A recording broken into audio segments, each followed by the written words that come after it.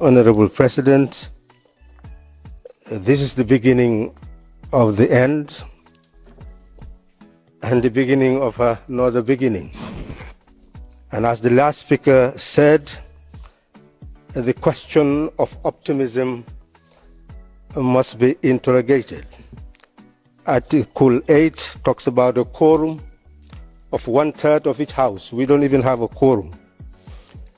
From the very beginning, we could have questioned it and we would not have had any session. But since this is the last, we had to let it go, those of us who believe in the rule of law. Essentially, Honorable President, we must understand what development cooperation is all about and its genesis.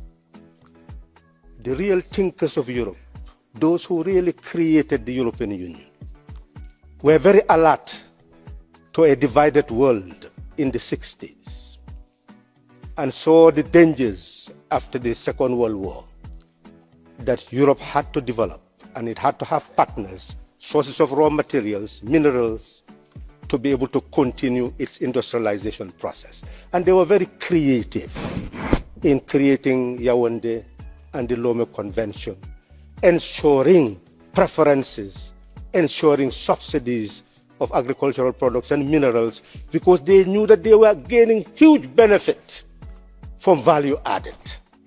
And as a result, they wanted to share that profit so that we will also benefit from that from development. So it was a sharing basis, not the narrow nationalist sentiments, thinking that you are taking European tax money and giving it to ACP states. Those people were ingenious. They calculated, they saw that Europe was gaining from our economies, and it was Europe also to give back. But that mentality is disappearing with this new generation. I don't know how creative the new generation is, but they need to reinvent their cooperation strategies. We live in a world where, Honorable President, we first started a revolution, what you call the national revolution of states becoming sovereign. The national revolution led to the sovereignty of states, but we had strong leaders who did not really involve the people.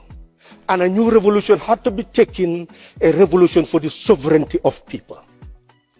We started that process. Just look at our ECOWAS. We came to a point where we were even controlling the executive with 2-term limits.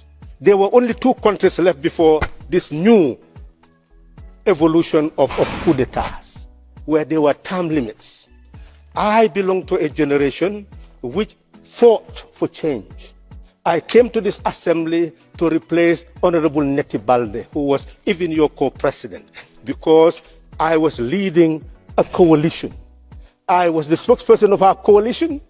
I was also the spokesperson of the president who won in the coalition. And I was faced with the same critical situation as the president of Ukraine. We had a transition. I was there handling our country. And the danger of death was there.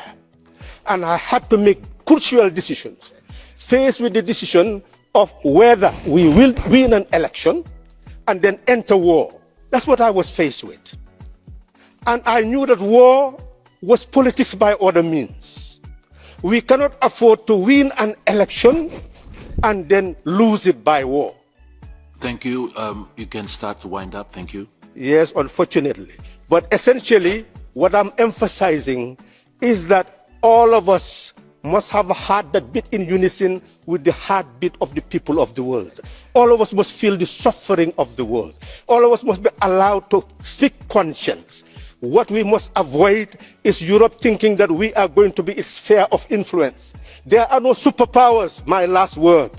Otherwise, Afghanistan will not be left to those who are controlling it today if America was a superpower. There are no superpowers. That's why Syria is what it is now today, a country where the people cannot look at Iraq, look at all the world.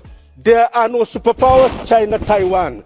We should abandon the superpower ideology. We should abandon spheres of influence. We should begin a cooperation of equality, knowing that in all parts of the globe, there are people of conscience, but they are not yet in power. How do we empower all those people so that we rid this world of tyrants, people who do not feel the suffering of people who do not need to change the world. It's not that your interpretation is correct, that African states do not want to condemn Russia. We do not want to be part of your foreign policy. We do not want you to use us. We want to be free to determine for ourselves whether we condemn or not condemn and when we will condemn. So it is important for you to change your mentality, that we need to understand that we are all equal, and sometimes we are in fact more advanced than you in thinking of what should be done about the world. Thank you very much. Thank you. Thank you very much for that intervention, the Gambia. I now give the floor to Mr. Hans Hyde. You have 2 minutes. Thank you, Co-President, and a very special thank to our guest speakers. And today we are celebrating the beginning of a new era.